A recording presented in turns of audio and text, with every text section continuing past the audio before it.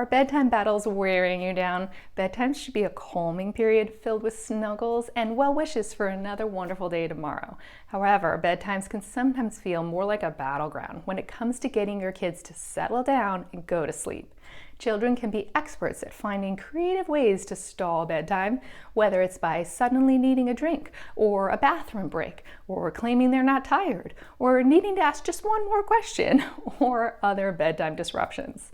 In this post, we'll explore 5 common bedtime disruptions and provide strategies for parents to plan ahead and respond effectively, ensuring a smooth bedtime routine. This post on bedtime disruptions is part 3 of a 4-part series on sleep hygiene. Sleep hygiene refers to making your entire sleep routine and environment conducive with getting a good night's sleep. The other 3 episodes in the series are bedtime routines, bedtime environment, and bedtimes. You can find them on my channel page at Dr. Lindsay Emmerson under the Raising Great Sleepers playlist, and I'll link to them in the description below. Establishing a healthy bedtime and an effective bedtime routine, along with ensuring your child's room is decorated in a way that aids in the bedtime routine, are the initial steps that parents can take to minimize bedtime disruptions. As a quick refresher, let's begin by reviewing how parents can plan ahead for a smooth bedtime. First, establish consistent bedtime rituals. Creating a predictable bedtime routine helps signal to your child that it's time to wind down and prepare for sleep. Consistency is key, so establish a sequence of activities that you can follow every night, such as brushing teeth, changing into pajamas, reading a bedtime story, and saying goodnight. Number 2, set clear expectations. Communicate with your child about the importance of sleep and the bedtime routine. Explain that a good night's rest helps them to grow, learn, and have energy the next day for all their activities. Setting clear expectations helps children understand the purpose of bedtime and reduces resistance. Number 3, create a calm environment. Make your child's bedroom a soothing and sleep-friendly space. Dim the lights, use blackout curtains if necessary, and ensure the room is at a comfortable temperature. Remove distractions like electronic devices and toys that may tempt them to stay awake.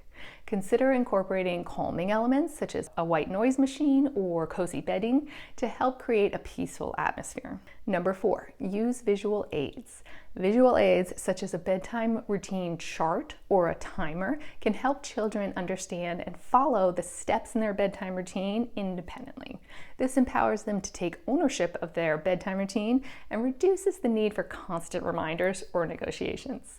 Display the visual aids in their bedroom or in the bathroom where they can easily refer to them. Now, let's move on to how to minimize common bedtime disruptions. Even after you've got all those steps down and you've done the prep work to help the bedtime process flow as smoothly as possible, you may still run into occasional bedtime disruptions. Keep in mind that there are legitimate reasons for kids to stall at bedtime, and you should always explore the reasoning for why your little one seems to be delaying the bedtime process. Perhaps they feel like they don't get enough time with you during the day, and so you need to plan some extra bonding time on the weekends. Or perhaps they saw something scary on TV and are worried about having bad dreams, so you need to spend some time talking about the safety of your home and consider watching different shows. Nonetheless, sufficient sleep is essential for developing children, and it's crucial to adhere to an age-appropriate bedtime by minimizing bedtime disruptions. I'll walk you through 5 of the most common bedtime disruptions and provide both a prevention strategy and a response strategy for each one. First, requesting food or drinks. Kids may suddenly express hunger or thirst at bedtime, either because they genuinely feel hungry or thirsty, or because they're hoping to delay the lights out moment. Either way, it's important to establish boundaries and maintain a consistent bedtime routine, and that can be done without neglecting your child's physical needs. So, prevention strategy. Offer a balanced dinner and possibly a small healthy snack before bedtime to ensure your child is adequately nourished. Encourage them to have a final drink of water before the bedtime routine begins. And be sure to mention that this is the last time that food or drink will be offered before bedtime. Response strategy. If your child asks for food or drink at bedtime, remind them that they've already had their dinner or snack and their last sip of water, and that now it's time to rest. Offer reassurance that they can have a drink and breakfast in the morning. If they persist, provide a brief and calm response, redirecting their attention back to the bedtime routine. Number 2, bathroom breaks. Does the need for a bathroom break seem to arise magically as soon as bedtime approaches? Kids may use this as an opportunity to extend their bedtime routine, but you don't want to neglect legitimate physical needs. So, prevention strategy. Encourage your child to use the bathroom before starting the bedtime routine, or consider having a trip to the toilet be the very last thing that you do before tucking them in. Mention that this will be the last potty break before bedtime. If your child frequently says that they need another trip to go to the bathroom before going to sleep, limit their fluid intake close to bedtime to minimize the need for frequent bathroom breaks. Response strategy. If your child requests a bathroom break, allow them to go, but keep the interaction brief and avoid engaging in conversation or play. Remind them that it's time to return to bed and continue the bedtime routine. Another strategy, if they've just used the restroom and say they need to go again, is to say that you've already snuggled and tucked them in, so it's okay for them to go, but that you're going off duty for the night, so then they need to tuck themselves back in again. They may find that they actually don't need to go that badly anymore. Number 3, claiming not to be tired. Kids have an uncanny ability to suddenly become wide awake when their bedtime rolls around. They may insist that they're not tired or try to negotiate for more playtime or screen time. To confirm that you're using an age-appropriate bedtime, and for more information on signs that your child might be ready for a later bedtime as they mature, be sure to watch part 4 of the sleep hygiene series on bedtimes.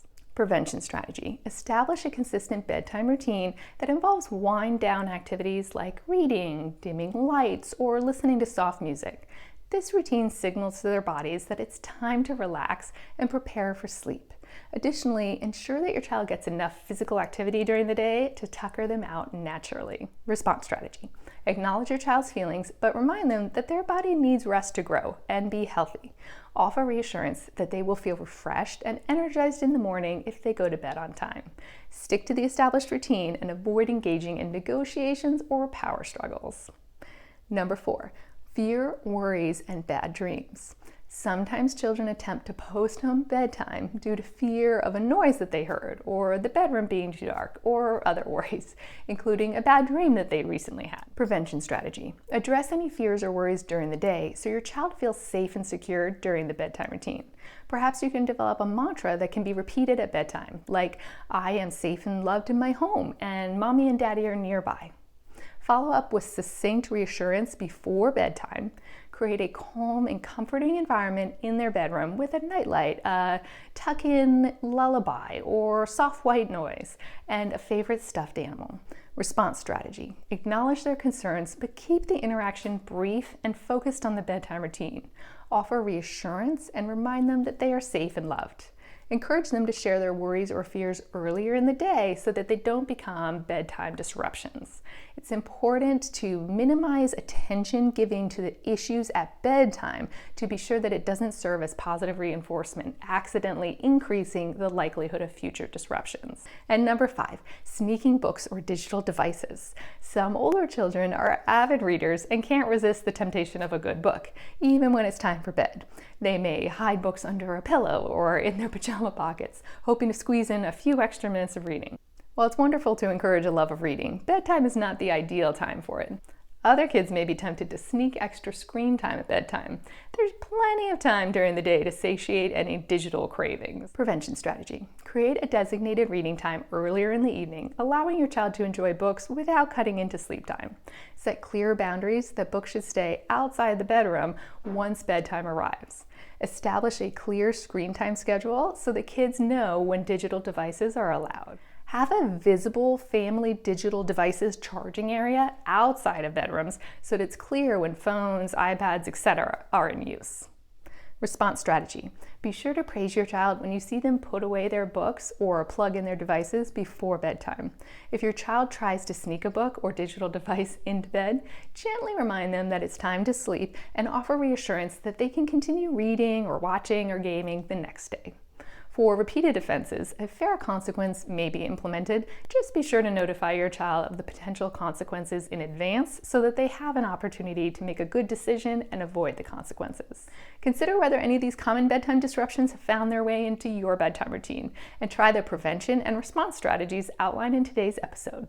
I wish you and your family many peaceful nights of sleep. We've covered the 5 most common bedtime disruptions, but I'd love to hear from you in the comments about any other bedtime shenanigans that you've experienced. If you missed any of the other videos in this 4-part sleep hygiene series, you can choose from the options on screen now. Keep up the good work on your amazing parenting journey.